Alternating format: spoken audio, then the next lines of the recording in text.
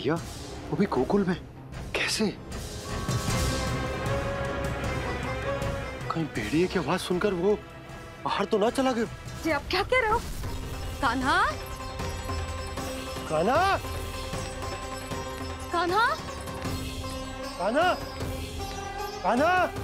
पूनम मौसी, कान्हा को देखो है क्या?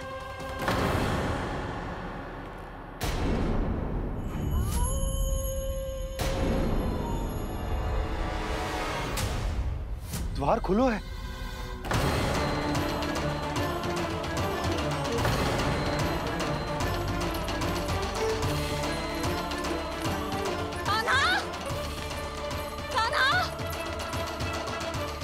कछु न होगा हमारे कान्हा को।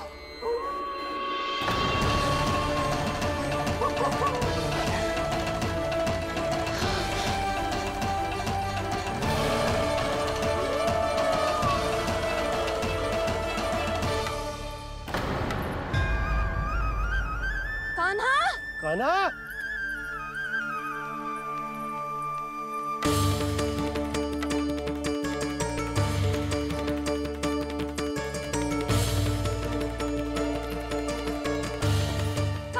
कान्हा, कान्हा, कान्हा, ठीक है ना? हाँ? क्या कर रहे हो तू यहाँ?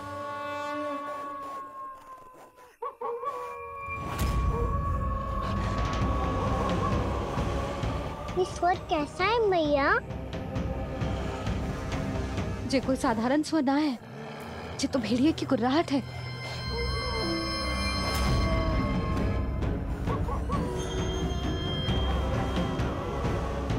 भेड़िया ना, भेड़ियों की लगता है पूरों को पूरा झुंड गांव में घुसा है।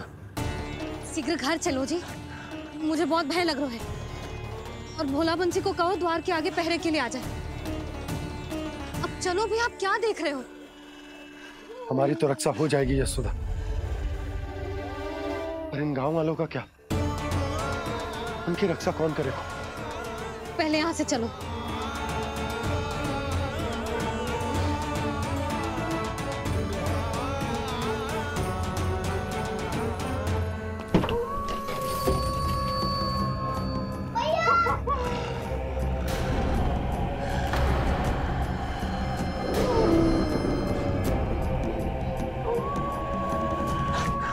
शीघ्रता से द्वार झरोखे बंद कर दीजिए।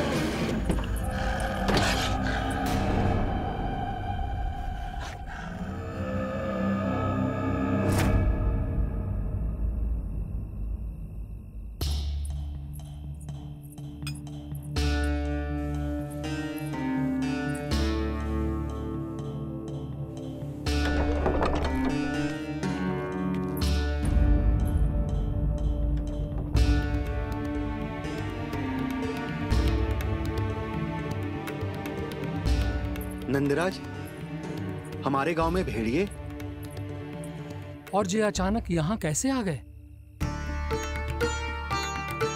अब तो जीवन पे भी संकट आ गो है नंदराज। आप सब चिंता मत करो, हम शीघ्र ही इस समस्या का कोई समाधान अवश्य ढूंढ लेंगे। सुलक्षणा, चिंता मत करो, लो जल लो।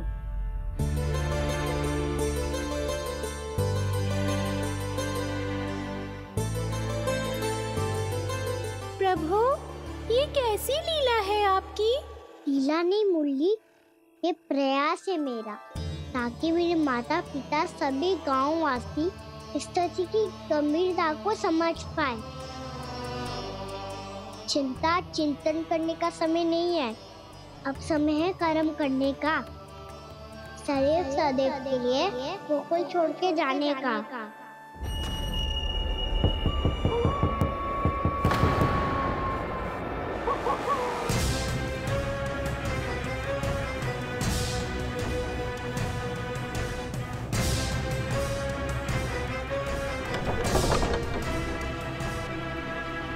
उपनंद भैया?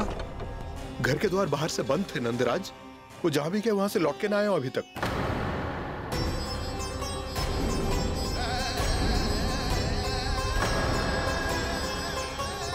गोकुल में क्या हो रहा है नंदराज? पहले सूखा पड़ो और अब ये भेड़ियों का आतंक। उस धूर्त व्यापारी के साथ व्यापार ना करके कंस का षड्यंत्र असफल कर दिया था। उसी का प्रतिशोध ले रहा होगा वो।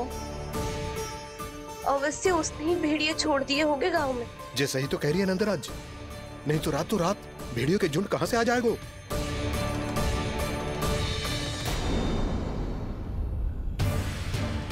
महाराज कंस की क्रूरता के बारे में हम सब जानते हैं, और मुझे लगता है कि इस बार इस संकट का कारण महाराज कंस ना है, बल्कि सूखा है।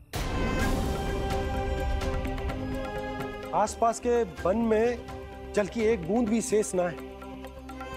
पास के गांव के जलाशयों का जल कब का सूख चुका है। यदि जल शेष बचो है तो वो केवल हमारे गोकुल में। इसीलिए जल खोजते खोजते वो यहां तक आए होंगे। कहीं और ना जा सकते थे? हमारा गोकुल ही मिला था उन्हें। तब तो फिर गोकुल भी सुरक्षित ना है। पर मौसी, हाँ, ये संकट तो दिन प्रतिदिन बढ़ते ही जा रहे हैं। जीजी, आज तो आपने आश्रय दे दिया, पर प्रतिदिन यहाँ रात कैसे बिताएंगे? रात तो छोड़ो, अब तो दिन में भी घर से निकलते भय लगेगो। असली समस्या तो ये है कि इस भयंकर सूखा में शीघ्र ही गोकुल के जल तो सूख ही जाएगा। और फिर कैसे रहेंगे हम यहाँ? ऐसे में तो शीघ्र ही गोकुल को सारो अनाज समाप्त हो जाएगा नंदराज। गैयाओं का चारा तो पहले ही हाथ रोक रोक कर देना पड़ता है। पर अब हम करें तो करें क्या? कैसे बचाएं हम अपने प्राण? क्या ऐसे ही मृत्यु आनी है, भूख से तड़प तड़प के? हाँ, कहाँ जाए हम? बताइए ना।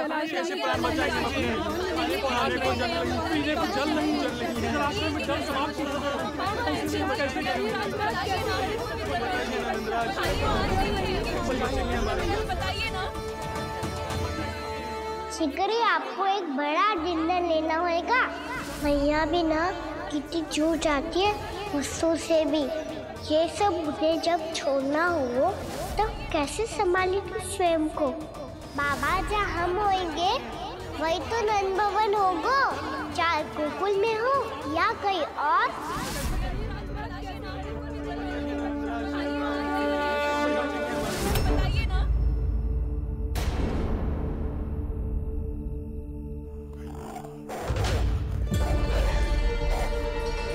ये भेड़ियों की घुर्राहट सुन रहे हो आप लोग?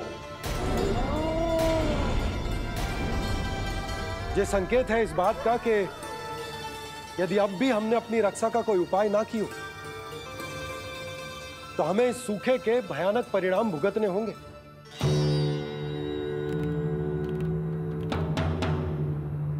श्री नारायण का धन्यवाद जो भेड़ियों के माध्यम से हमें सावधान कर दिया। पर अब और कोई चारा ना है। हमें अपना घर, अपना सब कुछ, अपनो गोकुल छोड़कर जानो पड़े। अपनो गोकुल छोड़कर जानो पड़े।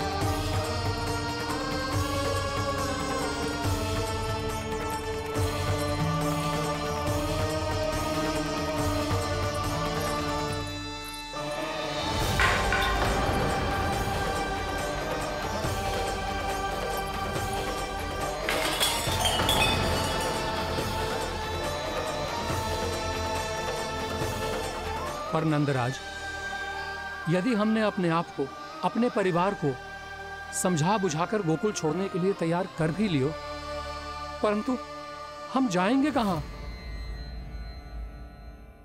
हाँ नंदराज, हम अपनी घर गृहस्थी, अपने बालक, अपनी गैया लेके कहां भटकेंगे? कहीं ना कहीं तो बस तो पड़ोगा ना हमें, पर हम जाएंगे कहां? हाँ नंद भैया, हम कहाँ जाएंगे?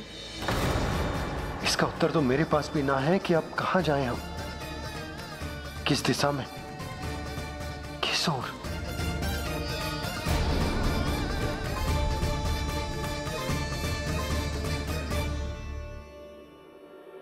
इन्होंने ऐसा सोचा भी कैसे? जो असंभव है। ऐसे कैसे चले जाएं अपना गांव, अपना घर छोड़ के?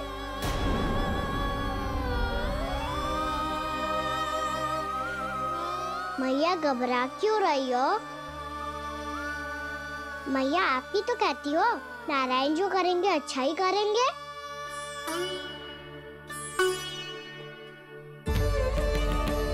नंदराज, आपकी दृष्टि में कोई स्थान है क्या जहां हम बस पाए, जहां हमें जीने के साधन तो मिल पाए, जहाँ हम पर और हमारे बालकों के जीवन पर कोई संकट ना आए। हाँ नंदराज, बताओ, हम गोकुल छोड़कर जाए तो जाए कहाँ? वृंदावन, वृंदावन।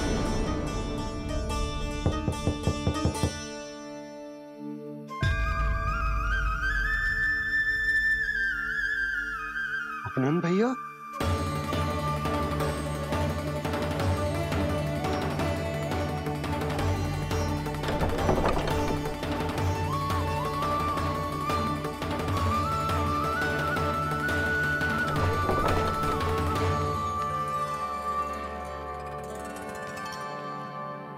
कहाँ चले गए थे भैया? चिंता हो रही थी। कल मुझे एक दिव्य संकेत मिला था। यदि मैं गोकुल की सीमा से बाहर जाकर उत्तर दिशा की ओर बढ़ूं, तो मुझे हमारी समस्या का समाधान अवश्य मिल जाएगा। इसीलिए भोर होते ही मैं घर से निकल गया। पर तुम्हें विश्वास नहीं होगा आनंद, सिर्फ 1.25 प्रहर में मैं उस स्थान पर पहुंच भी गया। उस क्षेत्र के यात्री और ऋषि मुनि उस स्थान को वृंदावन के नाम से पुकारते हैं। वृंदावन, वृंदावन, वृंदावन। वृंदावन।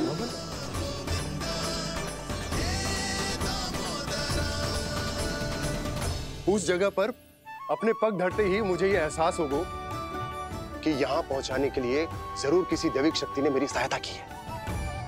मेरा मन तो सुख की अनुभूति से प्रफुल्लित होगा। और विशेषताओं की तो मैं बात ही क्या करूं। भूमि बहुत उपजाऊ है, जहां देखो चहुओर पुष्प पुष्प, फूल ही फूल खिले हुए। जल की भी कोई समस्या नहीं है नंद। जितने भी कुंड मैंने देखे, सबके सब लबालब जल से भरे हुए थे। जिधर देखो झरने बह रहे हैं, नदी बह रही है। जब गोकुल छोड़कर जाना ही है, तो इससे उत्तम स्थान और बसने के लिए ना मिल सके हमें।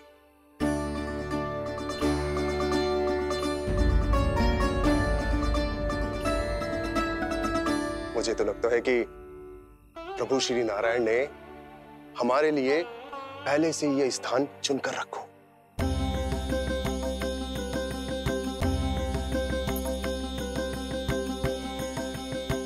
ये सब चाहे जो निर्णय ले ले, मैं अपना घर छोड़कर कहीं न जा रही।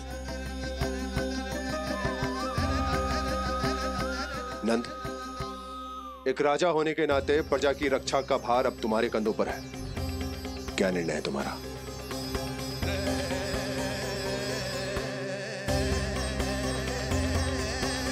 हम वृंदावन जाएंगे। यात्रा की तैयारी आरंभ करो।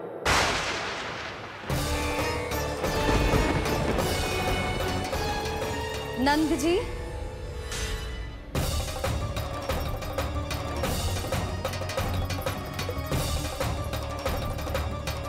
इतनी शीघ्रता में कोई निर्णय लेना ठीक ना है।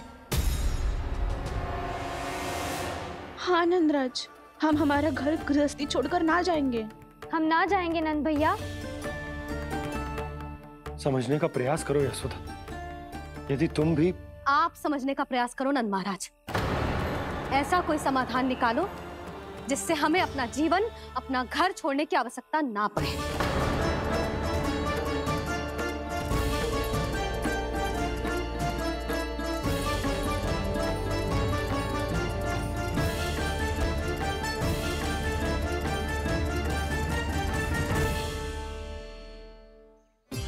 स्थिति कुछ ऐसी है कि मैं चाहकर भी अपना निर्णय ना बदल सकता, इसलिए हमें यात्रा की तैयारी आरंभ करनी होगी। और उसके लिए सबसे पहले हमें अपने अपने परिवार वालों को मनाना होगा।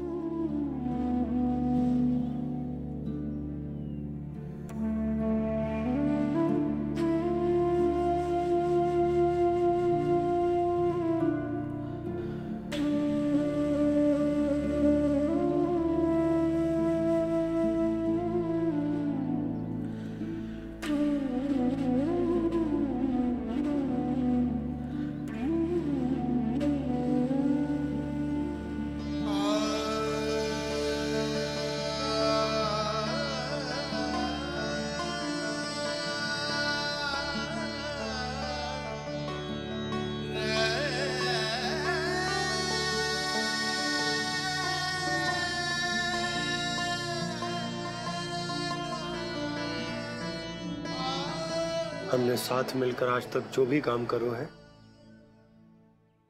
उसमें सदैव सफलता पाई है यशोदा। आज भी मुझे हर निर्णय, हर कार्य में आपका साथ दिया है मैंने, और आगे भी दूंगी।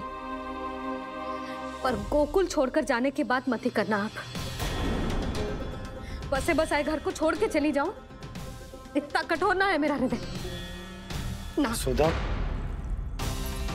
यशोदा, यशोदा, स्थिति को समझो यशोदा।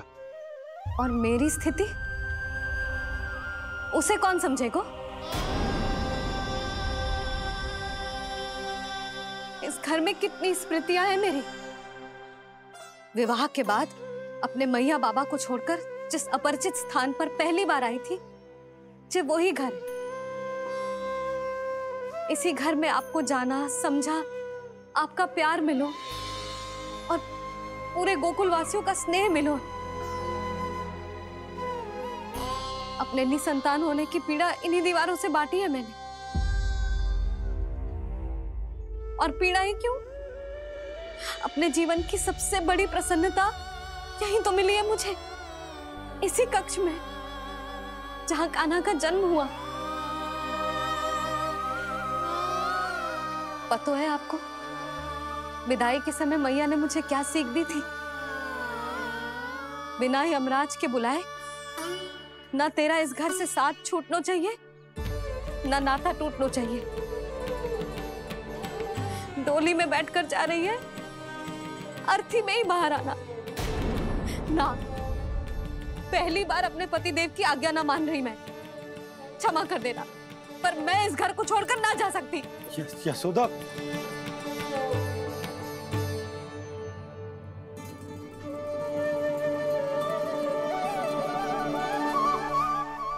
पूर्णा मासी, अब आप ही समझाइए यशोदा को। मैं तो स्वयं को न समझा पा रही, इसे क्या समझाऊंगी? सारा जीवन यही बीता है, मैं भी न छोड़ पाऊंगी जे गोकुल को। कह देती हूँ नंदराज।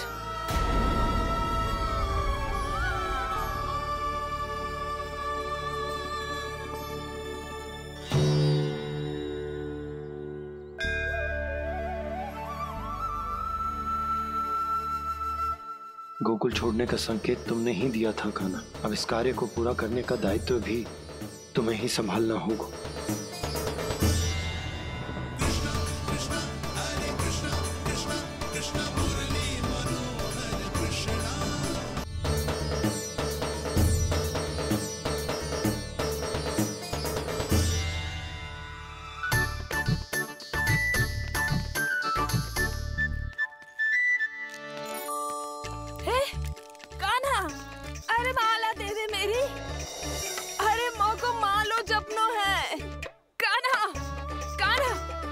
रुको मेरी कान्हा।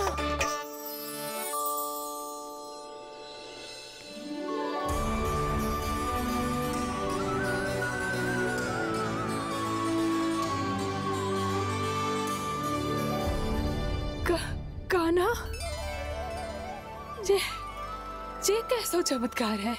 ये मेरा नहीं, उस भक्ति के भाव का चमत्कार है जो इतने वर्षों से मेरा जाप करने के कारण तुम्हारी जाप माला में एकत्रित हो गया है। प्रभु, भगवान तो सदैव ही अपने भक्तों की भक्ति को सम्मानित करते आए हैं। सच कहूं प्रभु, जी तो आपके नाम का चमत्कार है, जिसे बरसों तक मैंने इस माला में आपके नाम से जपो है। प्रभु, आपके नाम में तो इतनी शक्ति है कि इस संकट को आप क्षण भर में दूर कर सकते हो। तुमने कहा ये मेरे नाम का चमत्कार है, तो जो तुम्हारे जाप के कारण इस माला में समा गया है, तो बताओ तुम्हारे लिए इस माला के मनकों का महत्व क्या है? संसार के सबसे मूल्यवान रत्न जैसे हैं जे, और उस संदूक की तरह है जिसमें मेरी भक्ति की शक्ति को अपने भीतर में संचित करके रखो है। और मेरे ऊपर आपके आशीर्वाद का स्रोत है प्रभु। अर्थात इस माला का हनुमान का मेरे आशीर्वाद का प्रतीक है ना? हाँ प्रभु। तब तो हर मन का तुम्हारे लिए सामान्य रूप से महत्वपूर्ण होगा। हाँ प्रभु। तो पूर्णा, जब तुम एक मन के पर मेरे नाम का जाप कर लेती हो